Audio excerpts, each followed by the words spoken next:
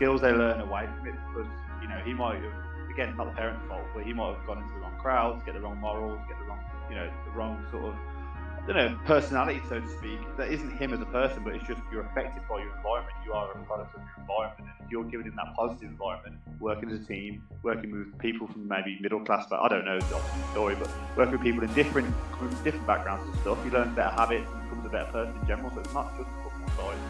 Like we talked about earlier, it doesn't stop from the first team player being a human. These kids are humans too, and actually they need more nurturing than anybody, on and off the field. And I think until you know how people learn, you're never going to be able to teach them things. And I think some of the best coaches, like you mentioned, are teachers. They are people that love that part of the game. They're not just getting out there and yelling. They're not just getting out there and organizing sessions. They are getting out there and actually helping their players to internalize information that they didn't previously know.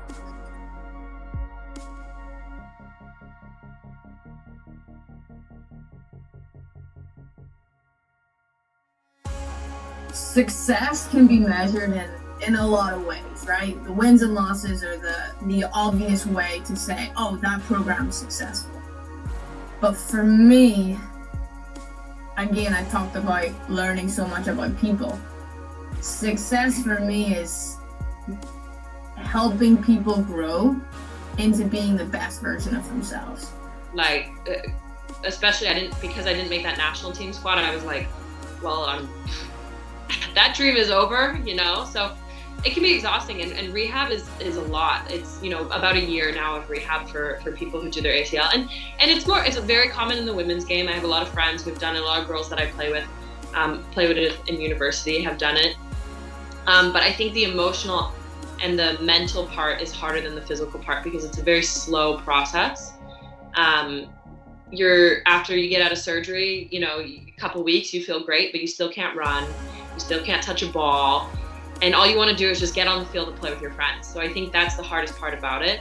After that, I rehabbed shorter than I should have, because I was trying to get back for the World Cup. Didn't make it, obviously. And then I wasn't sure what I was going to do, and then the university in the US ended up finding me. It's difficult because if you're going into their environment, that's exactly what it is. They know their environment a lot more than you, so you could be looking at it thinking, what is going on? But really, if you got to know their players as much as they did, there might be a perfectly reasonable justification as to why they've decided to do it like this, or why it looks like absolute chaos at the start and then starts to fizzle, or it's difficult really, because you don't want to change the way someone does it, because there's no real right way. The way I do it, someone might look at it and think, that's absolutely horrific, why is she doing it that way? I think it's all about knowing the group that you're working with, and what's right for one might not be right for the next. I think if you do end up working with another coach and you see them across different environments, that would be the most insightful, to see them properly as a coach, as opposed to just seeing them with one team once a week for an hour. But we set the expectations. How you'll see us on a training night, and how we behave, and on a match day how we behave. You won't hear us shouting and screaming like you might see the coach next to us doing. You'll see us making notes and having conversations with parents, having honest conversations and doing what we need to do, whether it's for the team or an individual player. But we set those expectations on how we behave. I think behaviours is a massive thing within the game, and how you behave as a coach then goes on how your players behave. If you drop your standards, you allow your players to drop your standards. If you keep the high standards, you keep that expectation. I know going into under 15s now, behaviours have started to change. And it's getting a little bit more feisty with the other teams. But I know my team know if they was to drop to their level, that I'd have a problem, and I'd probably have them off the pitch quicker than a referee would have them off the pitch, because that's not what I expect as a coach. But I think with the younger ones, we allow parents to see us and how we behave for 2 years, then we pass them on at under 9s. We set that real community family feel within the club environment, and we have those expectations. And if a manager that takes the teams on doesn't install our standards and what we expect as a club, but that's a conversation we need to have. And it has happened that we have let a full team go to another club, because for us, the manager and the coaching team wasn't going to our club standards. And if one team's going to bring a whole club down, that's not what we want as a club. We have our standards, and we have been around a long time. We're going to our 25th year, and we want to keep our standards high and be that nice family community club. But yeah, football's helped me because it's given me that release. It's given me that independence, I suppose, to try and nurture on that and to build and find others that are probably that have gone down the same slope or same route. Is to prove a point now as well, like, you know, because I feel that I want to prove a point to like that teacher that was horrible, or people or doubters that have said to me, like I did in the past, oh, you're shit, like, you know, and everything like that.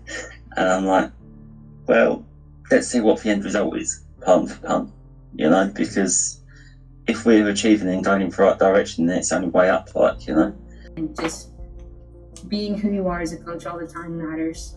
You can't be one version on the field and one version off the field. You can't be a version with the kids and a version with their parents. It's your you, and people see that and can tell. And I think for me, it's gone well so far.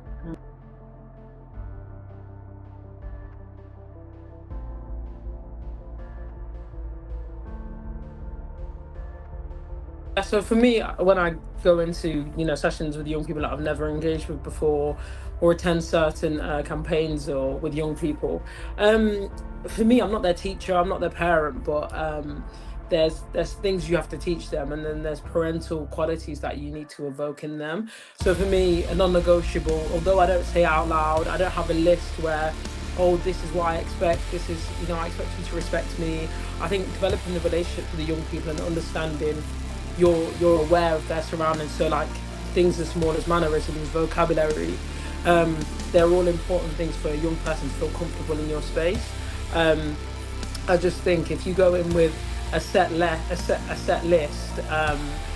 it automatically gives teacher vibes, regulations, restrictions. So to be able to create that environment where those young people, no matter what they've done, feel comfortable that they can come and speak to you, feel like they can respect you, feel like they can get behind you, I think for me is the first aim.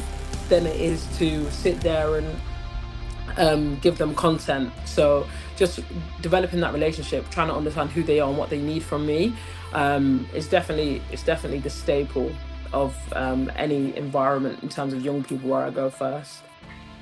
You can't talk to one teammate the same way you talk to another teammate, probably, especially when you're giving directions and things like that. I don't think that changes at all as a coach. You have to kind of be very err on the side of like understanding emotional intelligence. Like, this player responds probably better if I pull them aside.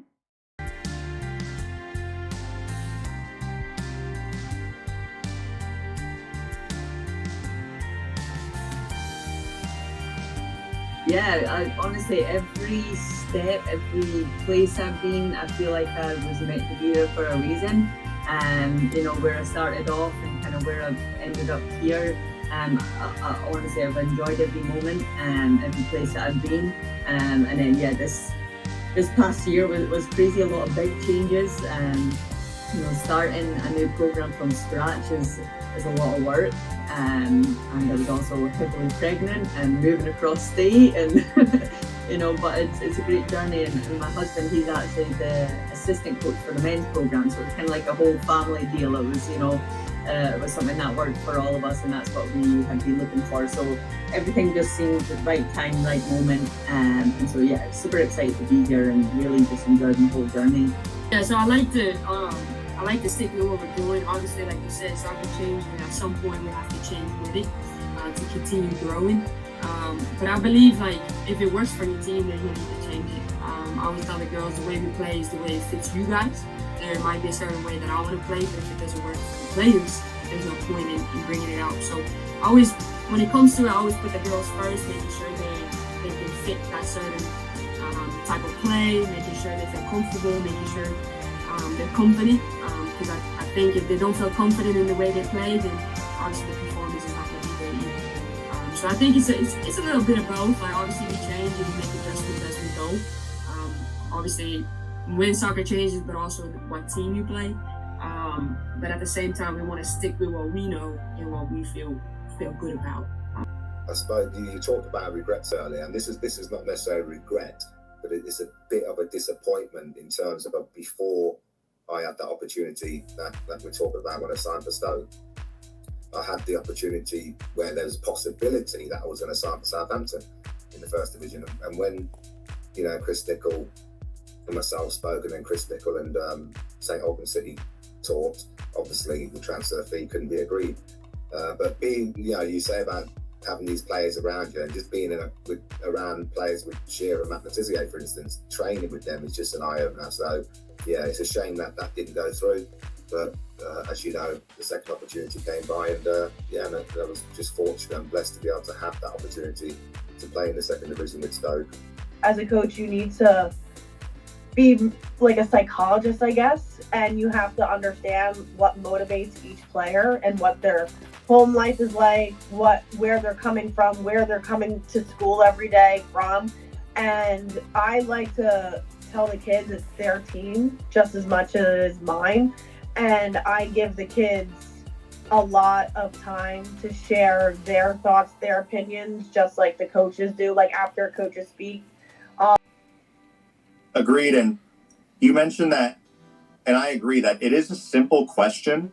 And I think the hardest thing for coaches to do is, yes, it's a simple question, right? What do my players need to know?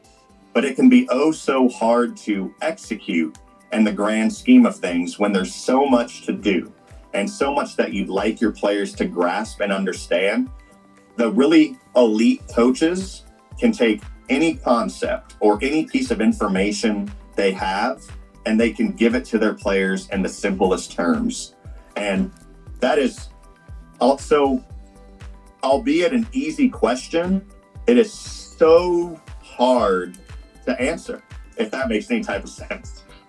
Absolutely it does. As coaches, we have, like you said, you put down your principles of play, or you make your game model, and sometimes you have to be careful you don't get so caught up in just checking the boxes. Like, okay, we taught today opposite movement, great. Tomorrow we got to make sure back foot receive and checking them off. Like, okay, I did it. Well, it's not just a checklist. It's, do they absorb it? Do they understand it? Can we apply it? And I think sometimes we just get so caught up in, we got to get this game model down, where like the game model doesn't happen or doesn't work if you can't have the foundation of it. So it's tough. I mean, throughout the season, you go on a lot of side quests, and it's funny because my assistant loves to say that, because we both kind of have a short attention span. We got the whole ADD thing, so we always call them side quests, but that's what happens in your season. You go from preparing and taking care of your game model to now all of a sudden, say your leadership and how you're operating isn't the right way. Now all of a sudden your focus might be, we need to do a little bit more of the leadership side of things, and maybe not less of soccer, but put the emphasis more on the leadership and the collective. So you always have those so-called side quests that pop up. It's just a matter of, hey, don't worry about checking boxes. It's what do we need right now so we can keep focused, we can keep growing, we can keep getting ourselves better.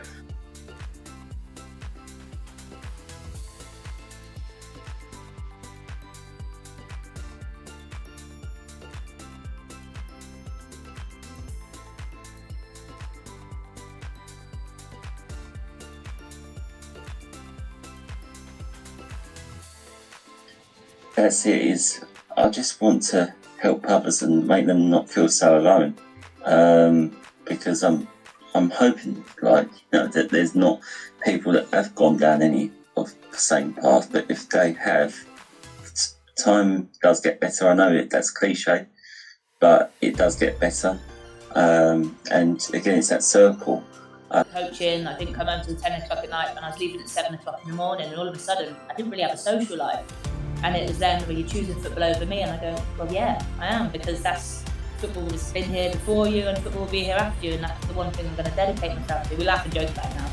But yeah, it's an industry where if you really, really take it seriously and want to be the best that you can, especially like for me, where as a coach and a player, and I'm like on the training pitch at 5 o'clock in the evening and potentially not finished training until 10 o'clock at night, and then I've got a job in the daytime, it's quite hard to buy into. And you've only really got yourself to kind of motivate yourself and look after yourself. You're in these different environments. I've got my teammates, I've got a coaching staff, I've then obviously got my family, but you only yourself only realise what you're doing and the sacrifices you're making and actually how much you want it.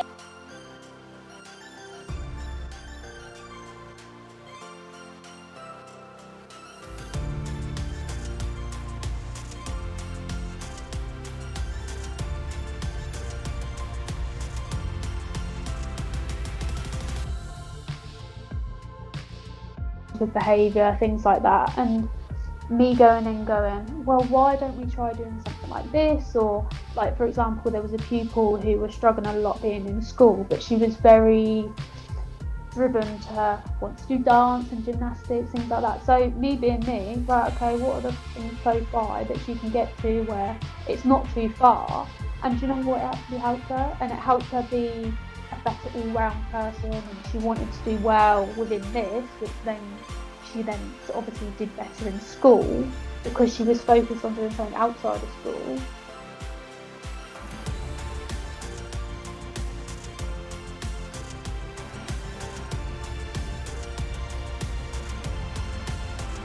In your journey you will experience bumps. It's never a straight road, there is a bumpy road, so it helps you to kind of face how you get over these bumps, and you can kind of better plan, like, this happened last time, so what can I do this time so that doesn't happen, or how can I fix this issue? Or it definitely helps you on the journey, I would say.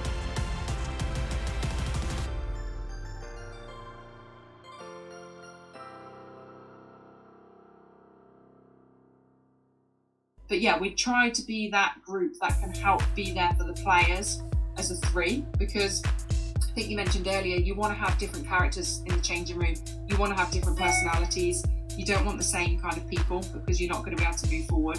If you've got 10 people and they all agree the same things, you're going to get to a point in time where actually you're going to become unstuck. You need that one person to actually be like, no, I don't agree with that. Or actually, we should try this. And I think that's why the huddle works, is we're all quite different as human beings. And I think you need 3 different people in there, because some players will naturally gravitate towards me and my personality, but equally some might go to the other 2, and that's absolutely fine.